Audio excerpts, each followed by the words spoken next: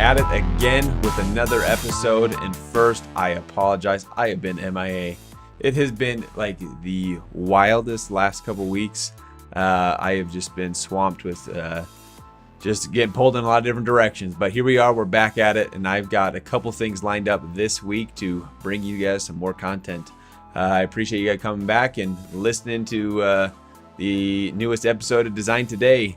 Today on the show, I've got a guest who you should be familiar with. Jacob Jorgenson is back on the show. We're talking about a topic that I know he and I could both speak on for hours. We're going to be looking at app simplicity. What makes an app simple, why you should strive to keep your app simple, and a couple other topics in that realm. So here we go. We're going to jump into it. Design Today. We're talking app simplicity or beautifully simple. We got to figure out a good title for this, but we're going to get started. Here we are. You ready to jump into this? Yeah, dude, let's go. Okay. We're talking apps and simplicity in apps. So leading up to this, you and I have both done some research and we've looked into an app of choice and which we believe to be simplistically beautiful. Okay. Right? Simplistically beautiful. Or beautifully simple. Okay. That'd probably be a better way of saying it. Okay. So there's lots of versions of being simple, right? Yes. Like visually simple or simple to use. Yeah. Or... So I'm excited to see what your spin on this was. Okay. Because I left this very open. Okay. So it's open. This is open. Oh, yeah. Because I also heard something about like, don't make me think simple. Who said that? You said that. Oh, okay. He said, I heard something about him. I'm like, wait, what? Yeah. Somebody said. You said. I said it. No, so I'm excited to hear what your app was and the kind of the spin that you put on it as far as a simple app. So I asked those 3 questions because like what version of simple are we looking for, right? Because I have 3 apps. You came with 3. You told me 1. Yeah. I have 3. Overachiever? Yeah, well, yeah. Okay. Something like that. Okay. What are they? Okay. Wait, are they all 3 in different categories too of simple? Yeah. One's, I think, simple to use. One is simply visually. Okay. And one is kind of this, don't make me think, just give me what I need. Sure. Does that make sense? Yeah. These can be like fire them off. Okay. Is that cool? Yeah. Is there one totally you want to focus on? No, but remember earlier today when I was going, I bet we're going to overlap. And you're like, no, I don't think so. No, I don't think so. But now we've got like 3 times more chance of overlapping. That's true, but I still don't think so. Okay. Okay. So I'm just going to go. Yeah, hit it. Okay. First app. Phone. And this falling under the category of what? Easy to use. It's easy simple. to use. You're just looking at the iOS phone app itself. iOS phone app. This thing will not win a design award. I guarantee it. In the traditional sense. But I think this is a nice app. It's utilitarian. Gets the job done. I've never seen anyone really struggle with this. Any comment on that? No, I guess I can't disagree. It probably wasn't your first thought, is my guess. Right? I wonder what the use case is of things. Well, no. Okay, so do you have anyone in your favorites? No. You don't use that? I could, but I don't. At all, ever? The people who are my favorites keep bumping up in your recents? In my recents, I found. Do you ever use the phone pad? I do use a phone pad. Yeah. If I have to call my bank or someone, I look on Google Maps or something. Sure. There's a number. I mean, So you find most of your time spent in just the recency portion of the app? I go here. It's usually like the 3 people that I've been in touch with in the last couple of days, right? Yeah. I actually don't call a lot of people. Yeah, phone calls. Right? But in the traditional sense of something that is easy to use, I think this is well done. I dig it. I could go into the whole visual voicemail thing. I'm not even going to go there because that could be a whole topic on taking something that's antiquated, whatever, and breathing new life into it, right? Voicemail, you know how it tries to do the whole transcript? I hate when that doesn't work for me. But you get the gist. If I see a number that I don't know, I'm going to see something like insurance or something. Yeah. It's not going to make any sense, but I'm going to know, okay, this is a spam call, or I've got to call this person back. Now, do you feel the same way about like when you receive a phone call and you get like a couple options, or you're inside of the phone call and you got like the 6 options on the It's screen. totally separate. I'm not even Totally gonna go separate. there. Okay. I'm So just you're looking just at talking the about app. this screen right here. I'm not talking about the full overlay that Okay. covers everything and I can't get out of it. Yep. I'm not even gonna go So there. this piece right here with your recency, contacts, number pad, Yep. voicemail, and favorites. Just It's interesting you simple. don't use favorites. Yeah. But you found a way around it. You've got your workaround. Yeah. If I was someone who used my phone all the time, Do you use your do not disturb mode? yes, at night I have it scheduled That's why I have favorites. because it goes through. Right. They neglect, Yeah. If they're in the favorites, then they can escape those hours. Yeah. And the only reason I've got that is because there's been in the scenarios where like if something happens to my mom or dad or something in the middle of the night, I need them to be able to get through. Yeah. That makes sense. Yeah. You know, it's funny because sometimes my kids put on do not disturb mode on my wife's phone and she doesn't have favorites on. And so I try and call and it goes straight to voicemail. And so I have to call again and then I hear like my son going, "Hello, Daddy." Yeah.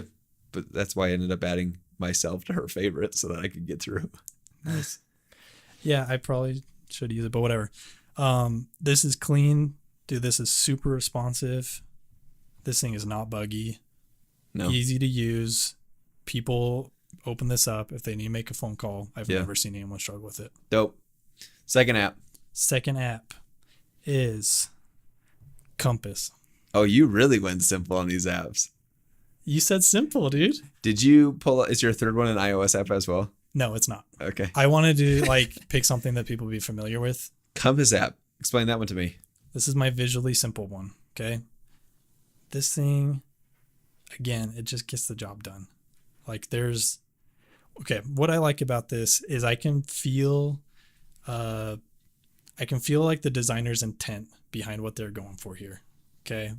Let me explain that. Put them into their mind space. Yeah. What does that mean? Well, it means simple is, what do they say? When you have nothing left to take away, right? Sure. When there's nothing left to remove. Yep. I could remove a ton of stuff from this screen. It's not the most simple or barren design that I could think of in a compass. Sure. I could maybe have north, south, east, and west and a little line as a dial or something, right? Yep.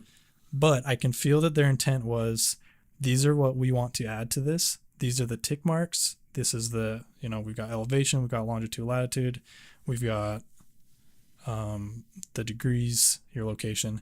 There's nothing that I feel like I can just feel the designers are like, okay, this is what we want. This is what we've designed. Nothing more, nothing less. And they're done. I mean, this thing hasn't really changed much. Let me see it. And of course, there's that second page. Is that elevation piece accurate? It uses the barometer, I believe, so it should be decent. I never, I was just talking to my dad about that the other day. I wish there was an app that helped me calculate elevation. He was like, I'm thinking there's got to be an app that does that. Yeah. But how would an app calculate elevation? I believe it's barometer. I don't know a whole lot about that, to be honest. That's interesting. But that's the... Now, have you ever used that in the wild? Have I used this in the wild? No, I have not. Not even once, I don't think. Yeah, I wonder if somebody who does, I don't know, mountaineering is not the right word. What would be the right word of somebody who uses a compass? Geocacher, maybe? Sure. Is that if this hits their needs. So I'm not speaking to that. I'm speaking to visually, right? Okay. Visually, this, simple. Visually simple. Yeah, and maybe this is, I don't mean to say you have to be black and white. Your app has to have no color. Sure. It doesn't have to be like that to be visually simple. I just feel like, especially if you compare this to iOS 6 compass, right? Oh, yeah. Do you remember that at all? Yeah. All the shading and everything. Yep. It looks exactly like a real compass. This actually, I think, provides more information and so much less, if I remember correctly. No, I think you're absolutely right. Does it go, can you tie that into I'm using the word orienting yourself on a compass app. But when you land on this, because you lack, I guess, some of the skeuomorphism that the iOS 6 compass had. Does skeuomorphism add anything to the experience of orienting yourself and understanding what the app does? I think in the I think it does in some way. If I were to open up iOS 6 and I'm someone who, has my physical compass that I'm used to, I open it up and like it makes sense. Instant, I'm done. Yeah. Like there's nothing. Whereas there's not really a compass that looks like this per se. I'm going to go with Apple tends to model their stuff after real world things, like the Brahms calculator is a calculator. The clock is a famous clock. I can't remember which. I'm going to guess this is actually modeled off of something, but it doesn't look like your traditional, like the Safari logo. Right. It's got that big, dial-y kind of looking. This is just a line, right? Yep. So maybe I'm not the expert on compasses, but today on the show, we've got Jacob, the compass expert. I just think, like I said, I like to open an app and I feel like every decision made in this app was intentional. Sure. It's not just thrown together, you know what I'm saying? Yeah, I get you. And I feel like that's something that comes through when I look at it. And the third app. And what is the category of the third app? I just kind of went with a general, like, don't make me think. Okay. Like, yeah. Just kind of give me what I need. I don't want to finagle around. Yeah. Okay. That app is Transit. Have you ever heard of that app? No. I didn't think so. Do you use public transport? I don't. Transit? No. Okay. So I used this. Let me ask you, would it have been beneficial when I was in New York taking like the trains and subways and that kind of stuff? Possibly. You were in New York for a while. Yeah. So I used this a lot in Pittsburgh. I took the buses everywhere. Okay. I didn't have a car. I just used buses. Okay. This thing was my lifeline. I probably opened it all of the time. So I'm just going to hand it to you. Okay. I don't know. Do you want to maybe, do you want me to tell you what I think, or do you want tell me to what you think. give your initial thoughts? Tell me what you think. Okay. This is what the app does. You open up the app. Yep. And it gives you how many minutes until the next bus or train that's by my location. That's it. And I think that's brilliant. Oh, it only gives you that. So I think there's some options tucked away, but I love that they tucked it away. And I mean, what you see 20 minutes or you see 4 minutes. That's it, really. Like there's a map. Yeah. That's all I really need. It's just telling you how far away these buses were. Yeah. And they do some smart things with crowdsourcing who's on the buses at the time to get that data for you. Sure. So I think that's smart use of technology. Interesting. To incorporate into the design. They're not giving me a timetable. I don't have like this nasty spreadsheet where I'm looking at the day of the week. That's what you have to do when you get to the bus, right? This is just beautiful. Give me my minutes. That's all I need. So let me ask you this. Did you ever use the Google Maps app when you were doing that traveling? Yeah. So what I think is nice is this isn't kind of in a separate category. This is for someone who knows their routes already, I would say. Okay. So I get what you're saying. You could search for routes and stuff. Google Maps, I'm going to say, how do I get there? And they're going to say, take this line, get on the subway, then transfer this one. And it also tells you in much smaller text that you've got options to get that line at this time, this time, and this time. Yeah. And what I think is even more brilliant is this map. I don't know. It looks like you did. Yeah. What is so brilliant about this is, let me center myself. When I look at this, I can see that the designers understand using transit. Right. Have you ever used an app and you're like, do these people, like, maybe it's like a music app, like, do these people even listen to music? They have just no clue, right? Yeah. When you're looking for transit, I'm usually walking around. I'm not in my car. I'm not, right. I'm usually somewhere that I'm maybe not familiar with because I've had to transport myself there. Right. It's not my neighborhood. So rather than me typing in, if I go to Google Maps, right, I'm going to have to find okay, how do I get here? Okay. And let's say I'm going to a restaurant. Just bear with me here. Sure. I'm trying my best here. I'm where I am walking. I'm going to go to a restaurant. And from that restaurant, I want to go and take a bus somewhere. Right. I would have to go find that restaurant's name or something, look it up, and then see from that location, how far from that location do I have to go or something like this. Yes, that's true. And I'll just end this thought with, you just pan and it recalculates everything to where you pan to. Oh, yeah. Does that make sense? Yeah. So you're walking to the restaurant, you could just drop that pin right on the restaurant. Yeah, I just barely scroll. Yeah. Like, I know what direction I'm going, but I might not know what's over there. Yep. That makes sense? Yep. Anyway, regardless of how this feature is or how they implemented it, the point that I wanted to make is these people, I feel like they understand the space, right? Sure. They know what it's like Yeah. to be walking down the road. And I don't know if you do this as I remember we do design exercises, which is can't remember what they called it. It's kind of like method acting. Mm-hmm. You know what I'm saying? Mm-hmm. Like I was designing a running app and I would straight up go running out with Right. people. Right. I'd have stickies. I'd put it on their wrist. Right.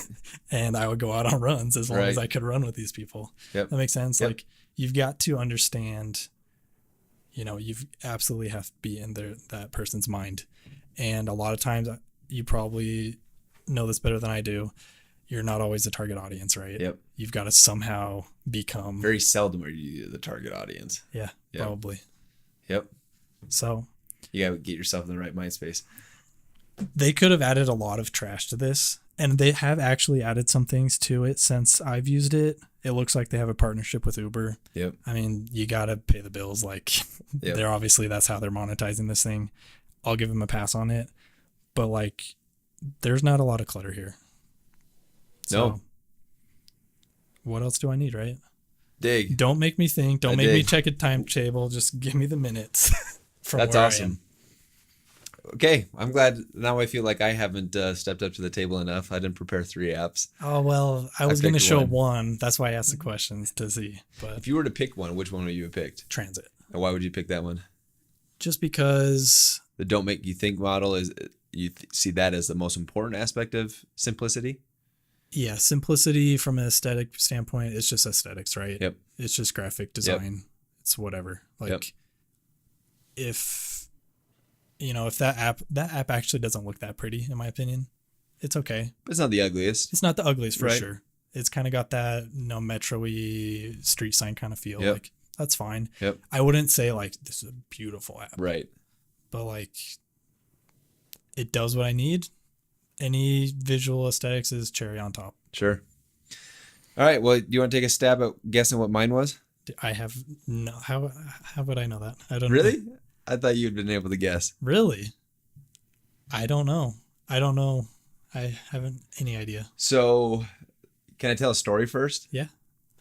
At the startup that I was at prior to Domo, every morning, Jordy too. Mm-hmm. So every morning, Jordy would come in, we'd play ping pong, and whoever lost ping pong had to go buy donuts.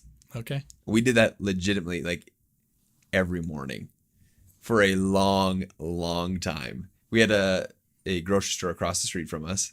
So whoever lost had to go pick up donuts. Nice. And it got to a point where it was just like, okay, I feel bad. I wasted him over and over and over again. And I felt bad that he had to keep buying me donuts. Like legitimately, he ends up spending like $30 for donuts for me every month. That I was like, all right, I'm not gonna keep doing this. So I started paying for my donut. He still had to go pick them up, but Okay. I paid for my donut. Sure. So every morning I'd pay him $1 or whatever it was. Mm-hmm. And that's where I stumbled upon Venmo. And it was cool. It worked because I don't have $1 in my pocket. I want to pay him, and Venmo got it out there. But I had a couple big issues with Venmo. I hated how some of these default publicity settings, like I don't need everyone in the world to know that I paid Jordan $1 for my donut this morning. Absolutely agree with that. I mean, I think that's the most pointless feature of the whole app. And then as you look at the app in general, there's so much bloat to it that I was just like, this is unnecessary. Which leads me to my app. Dude, it's Square Cash.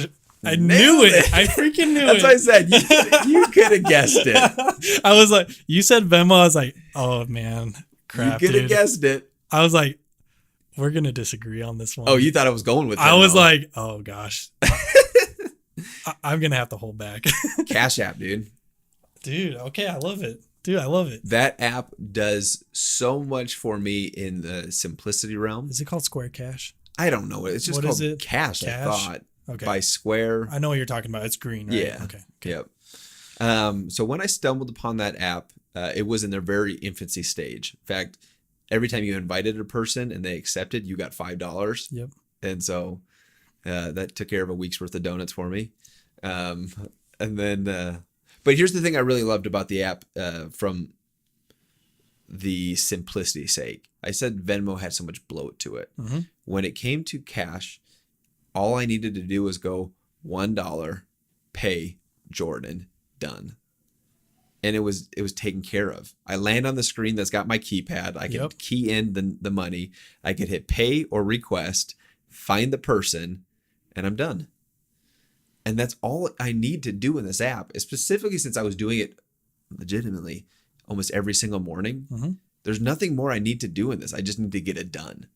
And so that just hit the mark as far as simplicity. It took out all the other bells and whistles. I didn't need a feed of what my friends are paying each other. I didn't need any of that stuff. A hamburger with all those options and legal, like it just like don't need that. QR codes or whatever. Don't need that. I just needed to pay Jordan his $1.07 every morning for my donut. Oh my gosh, dude. Thank you. I so agree with you here. Now I want to go into a couple other things because I think there's more to the app other than like it's outside just like the utility aspect of it gets done when I need to get done really fast. Mm-hmm. There's a couple other things I find beautifully simple about the app. If you're trying to create like a mental mind map of how this app is laid out, there's only 3 screens. Your main screen with the keypad, your swipe from the right to the left, you get like a log of transactions. And if you were to swipe the other way, you get your account settings, which has a couple other pieces, but everything else that happens on those 2 screens, I always present from the bottom. So there's never extra back buttons. You never get lost in like, where did I go down this path? It's always a parent of one of those 3 screens, and then everything else is presented from the bottom. And that's another piece I find beautifully simple about the app is that mentally I can orient myself to where I exist in this world of the app so easy. Now, if you transition that to like Snapchat and their like original design, you could swipe left and right and kind of keep track of yourself, but then ultimately you kind of get a little bit lost in the navigation. It's disorienting for sure. Yeah. Whereas this one, I've just got these 3 menus. You don't need like the breadcrumbs because it's not like you can go into here, into here, into here. So, everything that just got presented from the bottom, I always hit an X and it just closed back out. And regardless of the navigation, what % of the time are you even going to open those? Don't need those things. You don't. No. Like maybe 1 out of 30 times. Yeah. It's perfect. It's like, what else do you need? No, it just hits the mark in the utilitarian aspect of it. It gets the job done that I needed to get done. From the design side and development side, it's very easy to mentally create the map for how, if I were to add a screen to like the settings, I know exactly how to do it. I need to encapsulate whatever it is into a view that gets presented. And I need to figure out how to have a link to that from the settings on the right. Like it's how to scale it is very well thought out already. As long as you don't start bloating the app. Yeah. Visually, it's quite nice as well. And that's the last piece I wanted to hit at. It was visually, it's simple. Yeah. I love the big round buttons on the keypad that make sure I don't, fat finger something. The font's a little fun, I think. Yep. Maybe a little more rounded than not. And bold. Yep. Finance apps can they just get so... Yeah. It's like old looking. I don't know the word for it, but it's like kind of breathing life Feels into banky. Like so corporate and transactional. Bureaucratic. Yep. You could go on, right? Like this is like we're taking this genre and spicing it up. Yep. And that's just through the typography. I'm not even going to go into anything else. Yeah. It's just how subtle of a thing with one tweak and just typography, what that can bring to it. The green that they chose, because they use that really heavy, bolded font, they choose a white font. It's got great contrast, so I don't have issues with legibility. No, there's so many things I love about that app. I became one of the biggest evangelists for that app because, everyone knows what Venmo is. Yep. And then I'd always push, but can I do it on cash? I remember Our friend Spencer was like, He's a huge fan of it big too. time. Yeah. I mean, he should be. It's a good app. Yep. And I was like, can I Venmo this? Can I Venmo you this? And he's like, Kitty Square cash. Yep. I'm like, I don't have an account. He's like, just make one. Trust me. Yep. I think I made an account right there. My the CPA that I use every year, she was in the same boat where she would have all of her people paying her to run her business through Venmo, because that's how people prefer to pay. Yeah. And one of the things that she didn't like was the fact that all these transactions, there is a way to go and set your privacy settings to just be private, but for the most part, people aren't taking that step. No. So she didn't like about how everything that when people were paying her, all this was public record. I wouldn't want my business transactions all being public record for whoever they want to see it. Oh, okay. Great. Okay. I've got to make a point here. Okay. This is like a perfect example from Venmo to Square Cash or Cash, whatever. Yeah. You can definitely see the business, the culture of the business, the philosophy that they take, the who's even in power, if you even want to go there, business versus design or engineering or whatever. That is a very Venmo, when they do the public stuff, what are they looking for? They're obviously looking, for this to spread around or something, right? They're getting more people to use it, more, like this group PayPal mentality. PayPal bottom up. Yeah. Okay. PayPal's. I'm not a super big fan of PayPal. Now it's actually making sense. Yeah. So whatever. There's a clear Venmo seems we are Venmo first and Venmo oriented. Yeah. We care about our company and our bottom line and ourselves. Yep. Square Cash is we are about you. Yep. What do you need? We'll give you what you need. Oh yeah, this might hurt our metrics or something in some way. Boom. Nailed it. Dude. We're going to push that to the side. We're going to focus on you. Yeah. And you're going to go tell your friend. You're going to tell Spencer. Spencer's going to tell me. Your CPA is going to get, you know what I'm saying? Beautifully simple. It's almost ideological. And that's actually, I knew you were going to like that app too. Yeah. I knew as soon as I picked this one that you would like that one. That's why I was nervous that you and I were actually going to overlap, because I was going, Jacob is going to like this app. I wanted to stay away from some that might be, not that one's like an obvious pick, but like. You call my pick obvious? No, I said it's not an obvious pick. I'm saying like probably apps that people wouldn't like you. Sure. I assume you don't use public transit, right? Just because I know that you drive to work, right? So I want to pick something like that. Sure. That makes sense. Yep. Yeah. So here's what I wanted to get into. We've got a little bit of time left.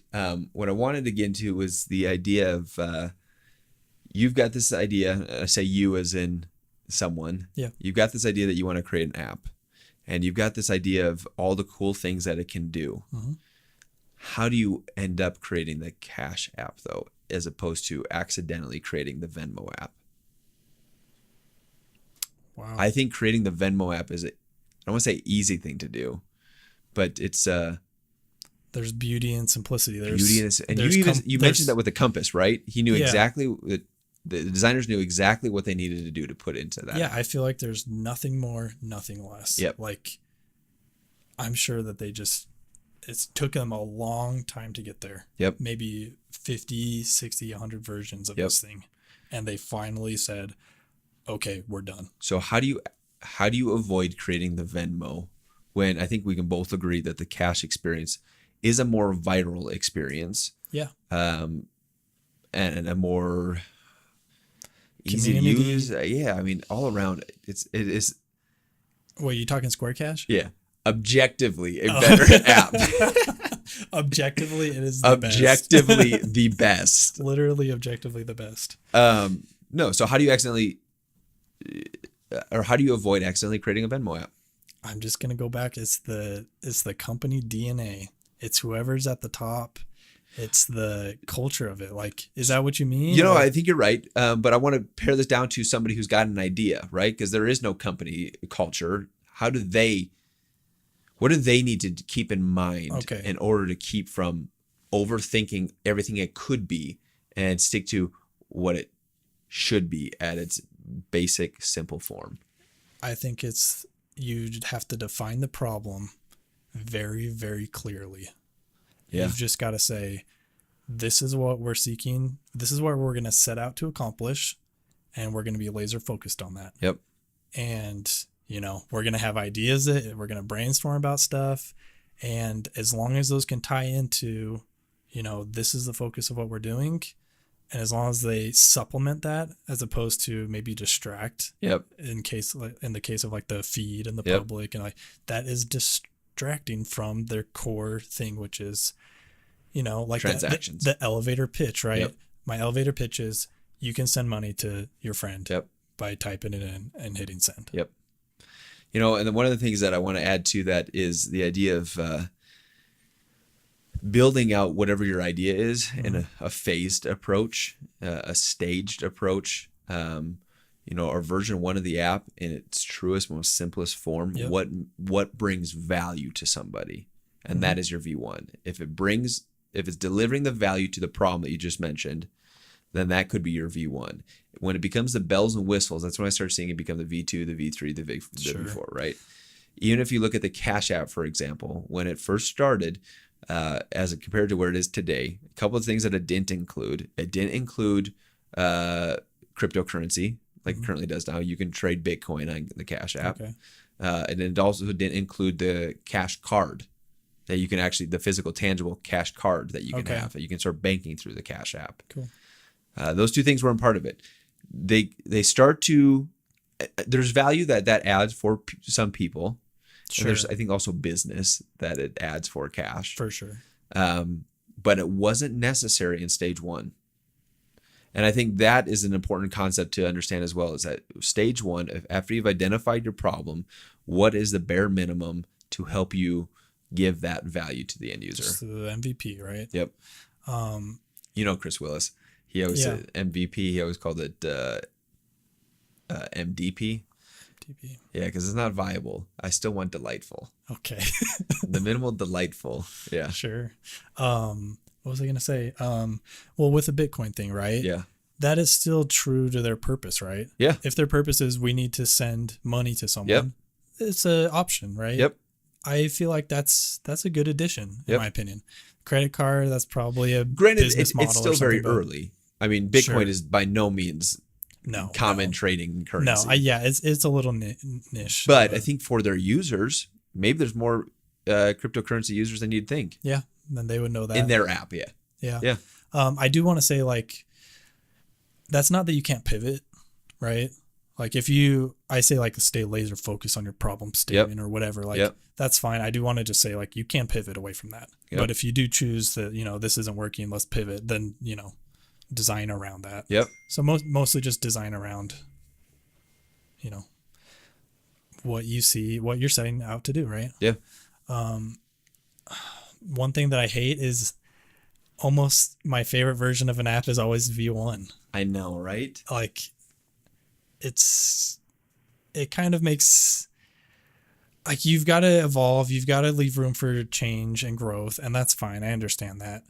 But it's like when a company gets to the point where they're like, well, we don't want our engineers sitting around, so let's just keep thinking of bells and whistles to just keep tacking on and on and on. Yeah. And by year 5, it's lost what it set out to do. Yes. So adding for the sake of adding, because I think some people equivalent adding to progress. Yeah, sure. Honestly, I'm always going to go back to Instagram. Is when it wasn't V1, but once they got to where social media with the feed and everything. Yep. I could have, if I was on that team, I could have been like, okay, we're done. Like. Sure, things will come up, like new technology will come up or some new ideas, right? Like, and that's fine. But it seems like there's been just some stuff bloated on a little bit. Well, and I would agree. But I think I shouldn't say but, because this isn't a but comment. I think Instagram started based off of Facebook is social media and Twitter is just the status updates of Facebook, and Instagram says, and we're just going to take photos and videos of Facebook. So it almost even like it started from a subset of everything that Facebook was doing, a more simple form of what Facebook was doing. And you could distill it down to, what do we do as a company? We allow someone to share a photo. Yep. And maybe have a little caption for it. Yeah. That's about it. Now, someone can share a comment or like it. Like, that's fine, know. But there was it just felt very, like there was like clarity. I don't know if that's a word. You open up and you say, okay, like, I know what's going on and this feels right. I think that's probably part of the reason why they've had so much growth in the the Snapchat filters and Instagram filters and all the whole filters, because that piece is a piece that can constantly evolve, right? Yeah, for sure. It's allowing people to continue doing their communication that they prefer to do, and we can continue I can throw 1,000 hats on this app before we run out of hat ideas, and then we can do sunglasses, and then we can do bow ties 1,000 times, and we can continue to spin on that and keep pumping them out, because it's never changing value or adding bloat. Yeah.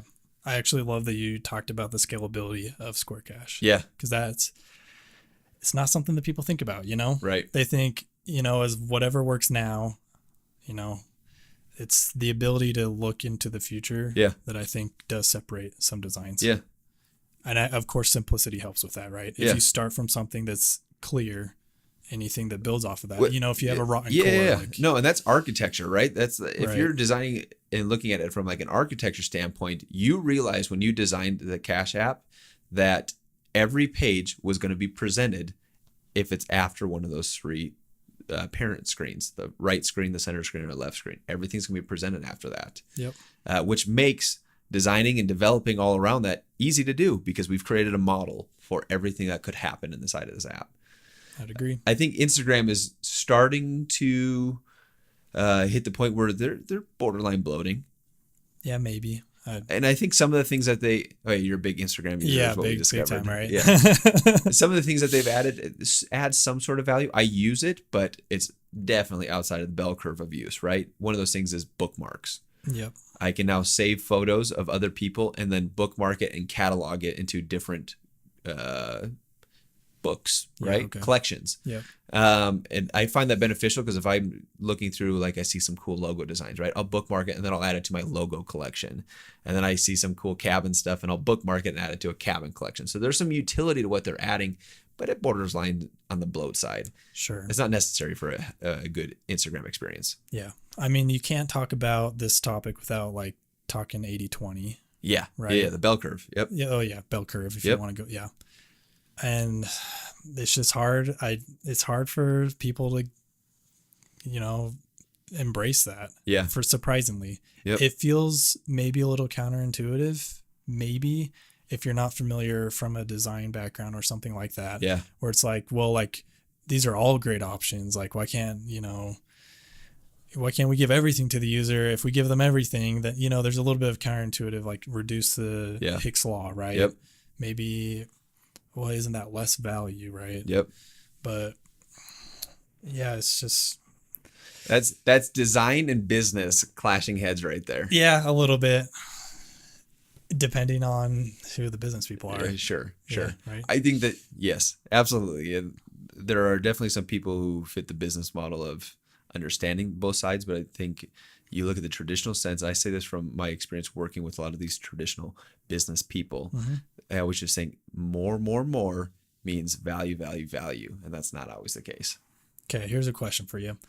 Do you feel like if you get a product to the point where you do, I feel like there is a time when you make something when you're like, okay, this is pretty good. Yep. Like as is, this can stand alone for I think some time. Yep. Sure, things will change and evolve or whatever. Yeah. But it feels pretty good. What do you do at that point in the design? Do you just, okay, we're done. Everyone go home. We're just going to get the royalties from this. What would you do? My business? Sure. Can I preface it with a quick analogy? Sure. Apple, when they created their packaging for the MacBook Pros, their packaging that they were doing, this was an article that I read years ago, they determined that their packaging is good 90-95% like what they want. Yeah. But that extra 5% to make it 100% what they actually want cost a lot of money and hours. Yeah. So, but in the benefit, right? This is, you look at the scale, you're going to pump a lot more money to get that last 5%. So understanding that trade-off, I think, is important. So if I'm the owner of a company and I feel like my app is at 95%, what do? Yeah. Next idea. Okay. That's exactly what I would do. Next idea. We've created a plus product. Yep. And now we're going to create our second A plus product. That's what I think. Do you see that in reality? I don't want to. Yeah, I don't want to. Depends on the businesses.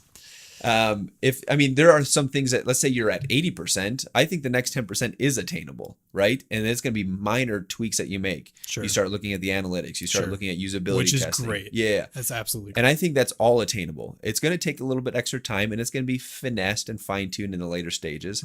But you will get to a point where you're now having exponential loss because you're trying to achieve the last 5%. Yeah. I mean, I think that you can be in a product where you've nailed the MVP. Yep. The core of your users, 80% of them are just going to be using this.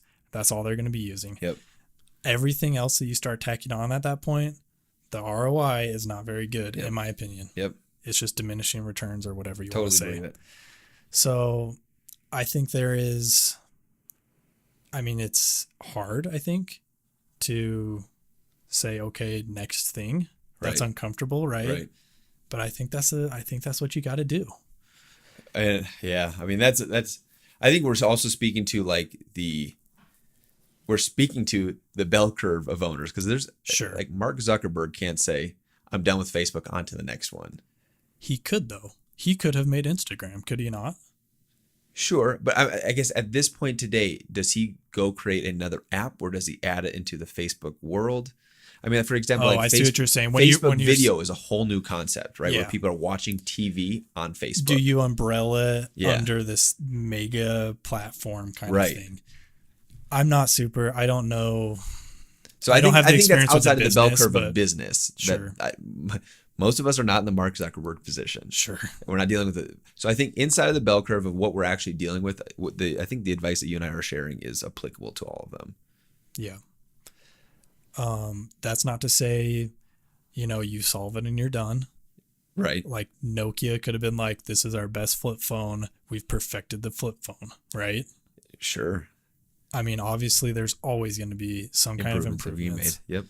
But I think the point that we're making here is, is this bloat? Yep. Or is this truly pushing our mission forward? And are you just adding for the sake of adding and busy? Sure. I mean, the business side. I mean, for example, let's say you created an app and that's built around 40 some employees that have been building this for 6 months, and then you've nailed it. What do you do now? All right. Thanks everyone. Your reward is you're fired. Yeah. You guys did so good. You're all fired. We'll take 2 people just for maintenance. Yep. And everyone loves to just sit and be a maintenance guy. Yep. But that's why I say on to the next one. You've got to go on to the next one. Yep. I don't know. Well, I appreciate your time, man. Let's go ahead and wrap this one up. Again, we talked about simplistic design, and we've got Jacob Jorgenson, who's I appreciate our conversations. That's the reason I wanted you on the show in the first place, and it's the reason I wanted you to come back. Sweet. And I hope we keep doing this because talking apps with you is fun. Awesome. Thanks for joining us. Yep.